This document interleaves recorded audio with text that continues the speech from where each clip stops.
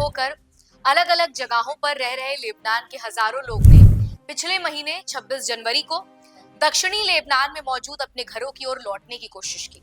उन्होंने गाना बजाकर और हिजबुल्लाह के पीले रंग के झंडे लहराते हुए झुंड में यात्रा की। कई लोगों ने पाया कि एक साल की जंग के बाद उनका जो घर था वो पूरे तरीके से नेस्तो नाबूद हो चुका है, जहां वो वापस लौट सके।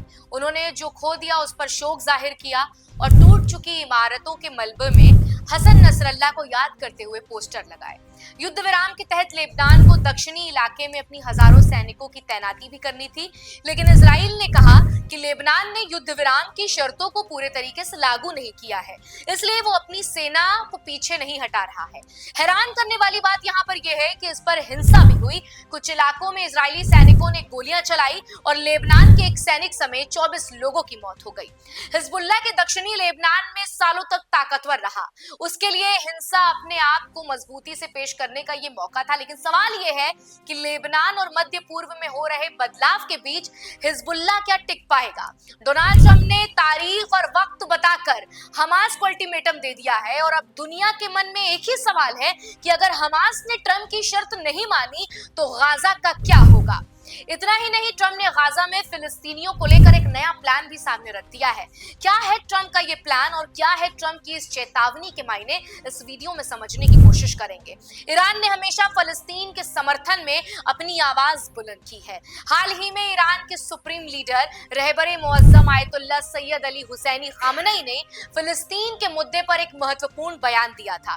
उन्होंने इजराइल के कब्जे वाले वेस्ट बैंक की योजनाओं की कड़ी निंदा की थी और इसे अंतरराष्ट्रीय कानून का उल्लंघन बताया था।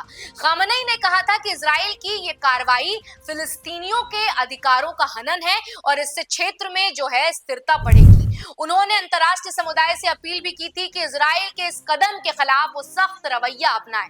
उधर सऊदी अरब ने भी इजराइल के इस कदम की आलोचना की है। सऊदी विदेश मंत्रालय के एक बयान में कहा गया है कि वेस्ट बैंक के एनेक्सेशन की योजना शांति प्रयासों को नुकसान पहुंचाएगी और क्षेत्र में जो है वो तनाव बढ़ाएगी। सऊदी अरब ने इजराइल को चेतावनी दी कि ऐसे कदमों के गंभीर जो है परिणाम हो सकते हैं। इस प्रकार फलस्तीन के समर्थन में ईरान और सऊदी अरब दोनों इजराइल की नीतियों की जो है वो आलोचना कर रहे हैं और फलस्तीनियों के अधिकार की रक्षा के लिए अंतरराष्ट्रीय समुदाय से हस्तक्षेप की मांग की गई है। डोनाल्ड ट्रंप अगर ईरान को धमकी दे रहे हैं तो ये अमेरिका के लिए एक बड़ी रणनीतिक गलती हो सकती है, क्योंकि ईरान सिर्फ एक आम देश नहीं है, उसके पास कई ऐसे सामरिक, सैन्य और कूटनीतिक साधन है जो अमेरिका के लिए मुसीबत खड़ी कर सकते हैं। आइए आपको इस वीडियो में विस्तार से समझाते हैं कि आखिर ईरान की ताकत क्या है। सबसे पहले नंबर पे सैन्य ताकत और मिसाइल क्षमता, बैलिस्टिक मिसाइल्स। ईरान के पास दुनिया की सबसे मजबूत बैलिस्टिक मिसाइल क्षमताओं में से एक है, जैसे शहाब 3, गदर 110 और सजील 2 और 2000 किलोमीटर तक मार सकती हैं और इजराइल और अमेरिका बेस को निशाना बना सकती हैं। ड्रोन वॉरफेयर, ईरान ने खुद की ड्रोन टेक्नोलॉजी विकसित की है। इसका सबसे बड़ा उदाहरण शहीद 136 है, जो रूस यूक्रेन युद्ध में भी दिखा था। एंटी शिप मिसाइल्स, ईरान के पास हार्मोज जैसी मिसाइल है जो सीधे स्ट्रेट हमला करती हैं। अमेरिकी जहाजों को रोकने के लिए अत्याधुनिक एंटी शिप मिसाइल्स हैं जो समुद्री युद्ध में अमेरिका को जो है वो नुकसान पहुंचा सकती हैं। स्ट्रेट ऑफ हार्मज पर कंट्रोल, ये दुनिया की सबसे महत्वपूर्ण समुद्री व्यापारिक रास्तों में से एक है, जिससे दुनिया का 20% तेल ट्रांसपोर्ट होता है। अगर ईरान इसे बंद कर दे तो अंतरराष्ट्रीय तेल बाजार हिल सकता है और इससे अमेरिका समेत पूरी दुनिया को आर्थिक झटका जो है वो लग सकता है। वहीं आपको बता दें कि प्रॉक्सी, वीर और मलेशिया नेटवर्क, ईरान ने दुनिया भर में अपनी मलेशियाई नेटवर्क बनाए हुए हैं जो अमेरिका और उसके सहयोगियों के लिए एक सरदर्द है।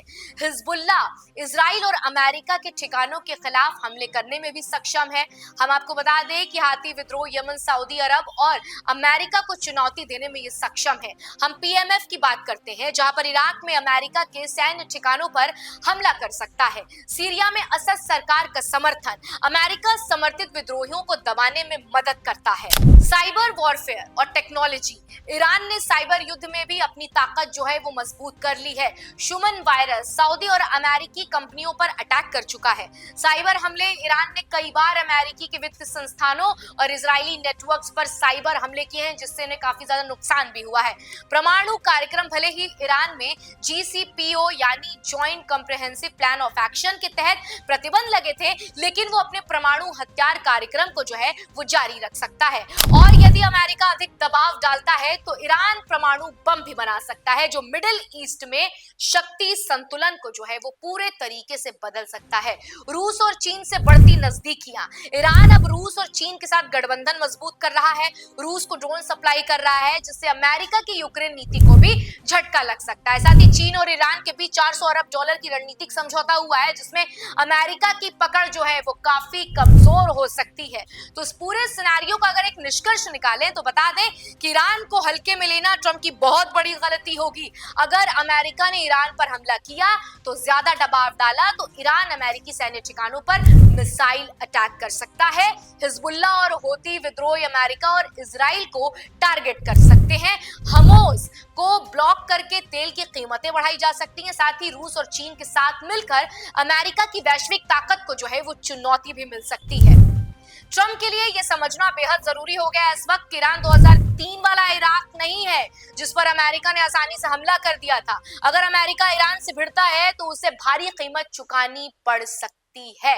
फिलहाल आज के इस वीडियो में इतना ही। आपको हमारा ये वीडियो कैसा लगा हमें कमेंट सेक्शन में लिखकर जरूर बताएं, और ऐसी तमाम अहम जानकारियों से जुड़े रहने के लिए बने रहिए डीएनपी इंडिया के साथ।